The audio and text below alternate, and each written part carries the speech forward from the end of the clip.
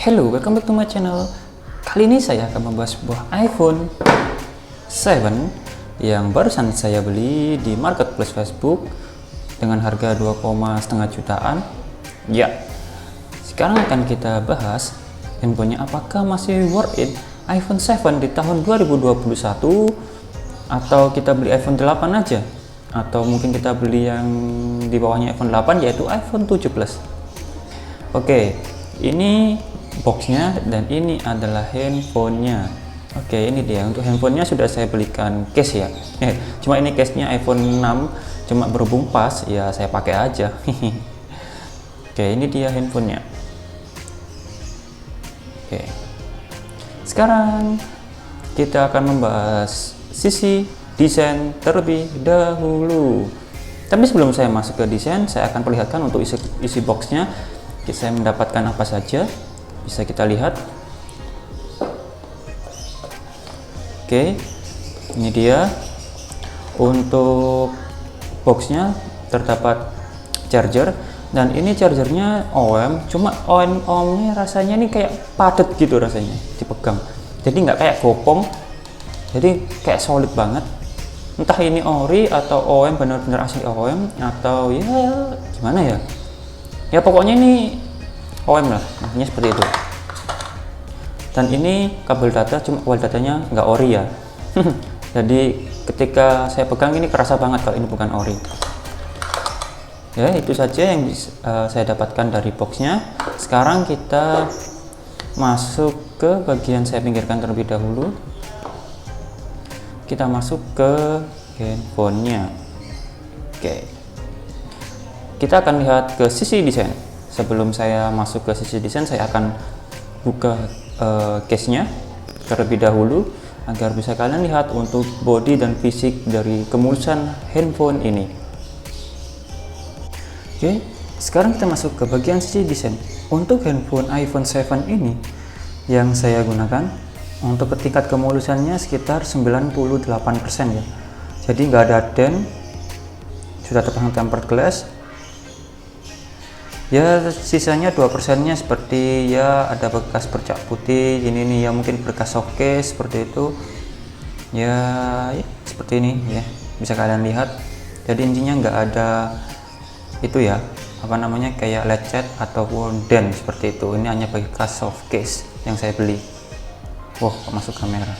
Oke, untuk desain handphone ini ya seperti biasa, ikonik banget seperti khas iPhone yang seri 6, seri 6s. Cuma bedanya dia tidak ada headphone jack seperti di iPhone 6s atau di seri adiknya ya. Jadi untuk yang di sebelah kiri ini dia digantikan dengan lubang mic, sebelah kanan speaker, lalu di atas ini juga dual speaker. Jadi ada dua ya speakernya, stereo seperti itu. Ya, untuk secara desain sih masih ya enak banget. Secara kasat mata mungkin ada perbedaan, yaitu perbedaan di desain antena yang lebih rapi. Kalau di iPhone 6s kan menggaris seperti ini ya, cuma ini berada di layarnya seperti itu. Oke, sekarang kita masuk ke bagian spesifikasi handphone iPhone 7 ini ya. Untuk iPhone 7 ini spesifikasinya ya, dia menggunakan chipset A10 Fusion quad core ya. Jadi dengan kecepatan 2,4 GHz. Jadi untuk dual core-nya itu untuk efisiensi, lalu dual core-nya untuk yang kenceng ya. Jadi ketika ada pemrosesan yang berat di sebuah aplikasi, maka core yang kenceng itu akan berjalan seperti itu. Untuk fabrikasinya dia masih menggunakan 16 nanometer. Ya, seperti itu. Untuk GPU-nya Power VR dengan inti 6 core ya, GPU-nya 6 core ya, bisa kita lihat. Lalu untuk RAM-nya ya tetap 2 GB karena ini bukan yang plus ya, ini iPhone 7 biasa. Lalu untuk resolusi layarnya 1000 berapa ya, saya agak lupa. Kalau untuk iPhone ini beda sama Android. Oh, ini 1334 piksel kali 750 piksel. Lalu untuk kerapatan pixelnya 326 ppi seperti itu. Ya jadi walaupun ini layar IPS dengan resolusi yang di bawah Full HD, jadi ya tetap ya namanya iPhone ya layarnya tetap bagus seperti itu ya. Lalu untuk RAM 2GB ini karena yang bukan yang plus, yang jadi kalau yang 7 plus itu kalau nggak salah 3GB RAM-nya seperti itu ya. 2GB aja iPhone masih ngebut banget ya buat multitasking, buat scrolling, buat sosmed ya lancar jaya seperti itu. Oke, saya akan perlihatkan untuk Antutu benchmarknya.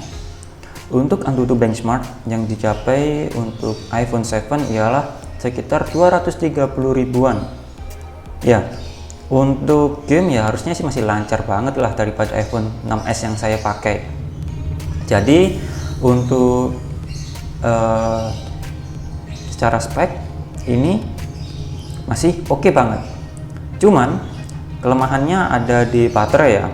Untuk baterai saya perlihatkan kapasitasnya 1960 mAh aja, jadi belum sampai 2000 mAh. Jadi saya herannya kenapa gitu loh. Coba lah, ayolah Apple bikin baterai yang 2000 sekalian gitu, kenapa sih nanggung-nanggung. Saya heran. Oke, untuk baterai health-nya ini masih 100% karena barusan diganti baterai ya oleh ownernya, yang pemiliknya ini.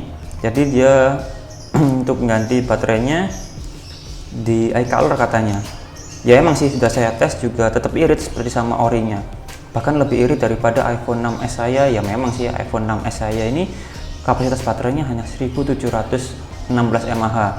Sedangkan ini 1960. Ya sedikit lebih awet lah emang rasanya. Ada bedanya. Seperti itu. Yang penting ori, udah itu aja, nggak masalah gantian baterai atau enggak. Oke, untuk masa spesifikasi ya seperti itu tadi, bisa kalian lihat. Harusnya buat gaming ya oke banget.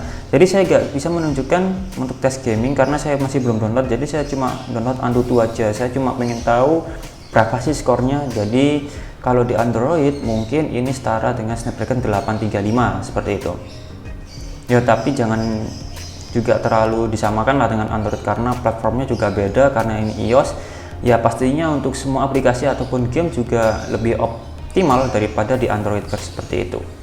Apalagi ini sudah menggunakan chipsetnya Apple sendiri ya, karena ya kan tau lah chipsetnya Apple juga sangat kencang. Sekarang untuk di bagian kamera ya, untuk kamera belakang dia lebih besar daripada iPhone 6s. Untuk sensornya ya, bukaannya juga lebih besar, kalau nggak salah sekitar 1.8 aperture-nya ya, 1.8. Sedangkan di 6s itu 2.0, kalau nggak 2.2 gitu ya. Ya untuk kamera depannya ini dia berubah. Untuk kamera depannya dia beresolusi 7 megapiksel di bagian depan. Jadi harusnya untuk hasilnya lebih bening ya. Sebentar saya buka kamera terlebih dahulu.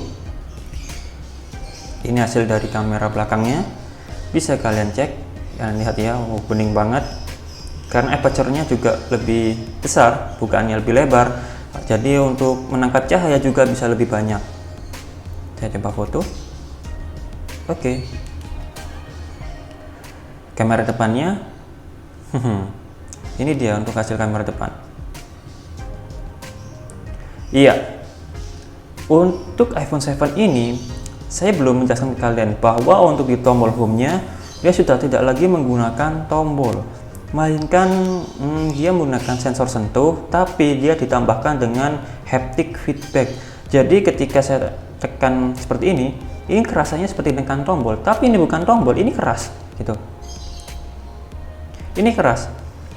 Jadi ini ada sensor getarannya menyatu sama body. Jadi ketika kalian agak tekan dalam seperti ini ya rasanya seperti menekan tombol. Ya kalian tahu sendiri lah, haptic feedbacknya itu, Taptic engine-nya itu buatan Apple ya, juara banget lah untuk masalah getar di handphonenya seperti itu.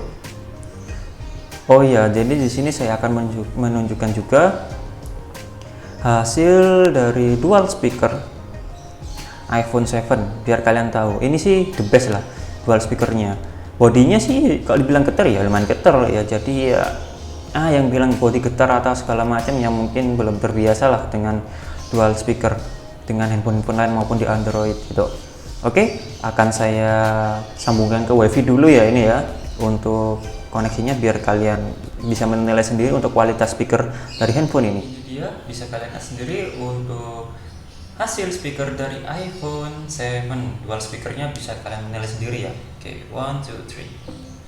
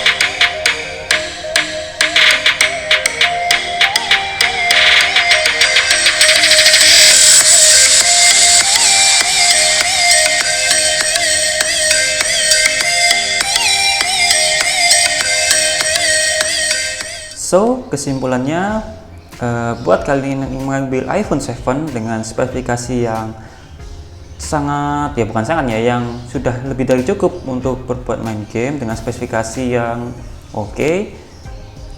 Jadi kalian bisa mengambil iPhone 7 ini, ditambah lagi dengan experience, dengan suaranya yang dual speakernya itu loh, keren banget pokoknya hasilnya. Yang menjadi minus dari iPhone 7 ini ya cuma baterainya aja yang sekitar 1960 mAh itu ya. Buat kalian jika nggak masalah membawa powerbank ya HP ini ya oke-oke sah-sah aja buat kalian jika powerbank adalah pilihan kalian juga seperti itu.